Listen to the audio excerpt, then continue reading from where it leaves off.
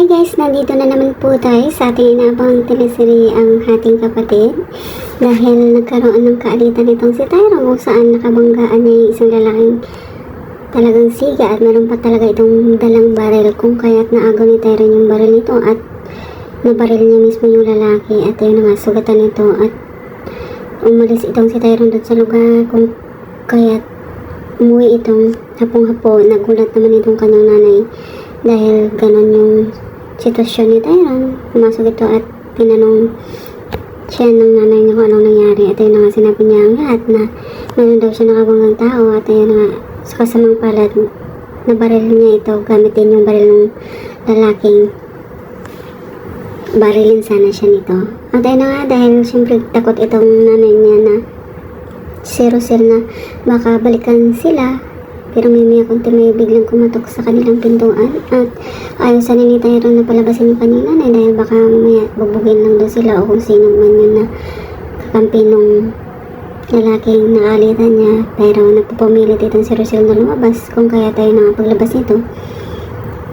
Sinabi nung barangay na bakit binugbog daw o binaril daw ni Tyron yung kanilang tsuhin kung kaya tayo na dami sana sinasabi itong si Rosel na kesyo hindi naman kasalanan ng anak niya, pero ayun, nagpapamilit na pumasok itong mga tao at biglang kinugbog itong si Tyron kung kaya't lukas ay ito ng na datnan ni Rosel dun sa loob. At ayun na nga guys, dahil syempre dinala nila si Tyron dun sa hospital kung saan gusto nilang magamot ito agad-agad dahil syempre malalang ang mga bugbog nito. At biglang dumating yung isang babae na nagpakilalang asawa daw ng lalaking na baril ni Tyron at gustong makipag-areglo ang mga ito. At syempre ayun na nga, kinausap niya itong si Rosel na makipag-areglo sila na hindi na papakulong itong si Tyron kapalit ng 1 million. Kung kahit laking gulat ni Rosel sa narinig at syempre hindi din akalain ni Rosel na ganun yung demand nila at sinabi nito na saan lupalop naman daw siya kukuha ng perang ganun kalaki dahil wala naman daw siyang pera at hindi naman daw sila mayaman. Pero syempre tactics lang ng mga kabilang side dahil gusto nilang pagkakitaan itong sila Rochelle dahil alam nilang mayroong nagbaback up kay Tyron at walang iba kundi si Jacinta. Pero tinatry ni Rosel na tawagan itong si Jacinta at hindi niya ito makontak. Ito naman si Bella, nagdadasal para tulungan niya ang kanyang daddy at mami kung saan daw na paraan dahil ready daw siyang gawin ang lahat para sa kanila.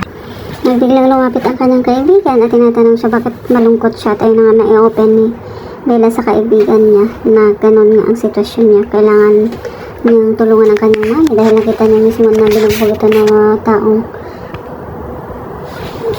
pinag-utangan nila kung kaya tayo na sinabi naman ng kanyang kaibigan na bakit gagawin niya yun kung labag naman sa kalooban niya.